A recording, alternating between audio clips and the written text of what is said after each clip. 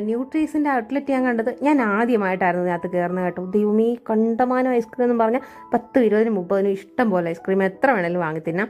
അങ്ങനെ എനിക്ക് ഒരുപാട് കാര്യങ്ങളൊന്നും അറിയാത്തതുകൊണ്ട് എനിക്കറിയാവുന്നൊരു ഫ്ലേവറായ ടെൻഡർ കോക്കനട്ട് തന്നെ ഞാൻ ആദ്യം മേടിച്ചു.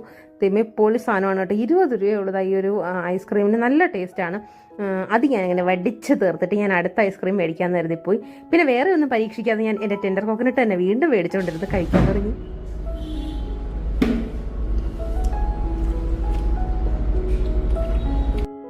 അപ്പോൾ നമ്മുടെ സുമിത്താത്ത പറയുന്ന കണക്ക് ഞാൻ ആദ്യമേ ഒരു ടെൻഡർ കോക്കനട്ട് വാങ്ങി ഒതുക്കി, അതിനുശേഷം വീണ്ടും ഒരു ടെൻഡർ കോക്കനട്ട് വാങ്ങി ഒതുക്കി, പിന്നെ അടുത്തൊരു ജാക്ക് ഫ്രൂട്ട് വാങ്ങി ഒതുക്കാമെന്ന് കരുതി. Thank you.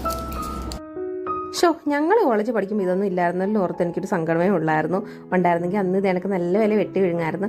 ഞങ്ങൾ എന്തെങ്കിലും പരിപാടി വരുമ്പോൾ ഞങ്ങളുടെ കോളേജിനടുത്തുള്ളതാണ് ഈ ലക്ഷ്മി ബേക്കറി. അവിടെ വന്നിട്ട് ഒരു ബിരിയാണിയോ ഒരു ഷേക്കോ മേടിച്ച് കുടിച്ചിട്ട് വീട്ടിൽ പോകും. അതായിരുന്നു നമ്മുടെ